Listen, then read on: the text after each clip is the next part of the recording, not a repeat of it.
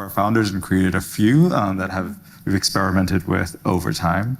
An important note is that as a nonprofit NGO program, we do not take equity for folks coming through the door, and I think that's an important thing for us. One of the things that we focus on in our program is helping people become investment ready.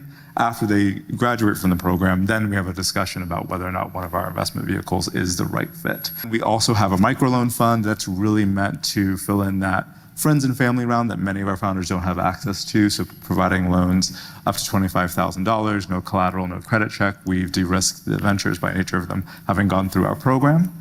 So that's really important for us to have that flexible instrument. And then we also have an angels network of accredited investors. So for those of whom equity is the right thing, maybe institutional capital, VC they're not yet ready for that, but angels are a better fit.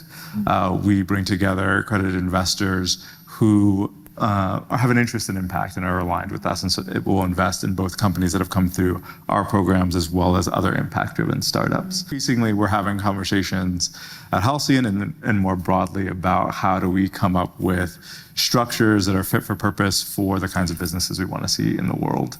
I think there's folks in our sector, we could be guilty of it, and a number of folks in our sector more broadly, I think over the last 10 years can be guilty of trying to create companies in the image of venture capital versus the other way around.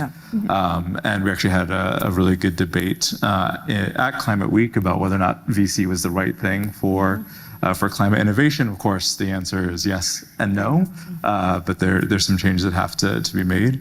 And so that's why we are thinking about some other instruments. How do we maintain flexibility? How do we think about time horizons in a different way than traditional venture might have thought about time horizons? Also, we'll put philanthropy on blast as well. If you are head of a foundation and you get on stage and say that we're all going to die in 50 years because of the climate crisis, but you're managing your endowment in a way that it should last for the next 300. Those two things don't add up. So I think we can do the work of sort of understanding and building instruments that directly support founders. I do think that in this bigger policy context, we have to have real conversations about if we're saying this is an emergency, if we're saying that we have to bring to this emergency new sources of capital, then we have to think differently about it. And the folks who actually don't have the same risk profile have to be able to take the risk.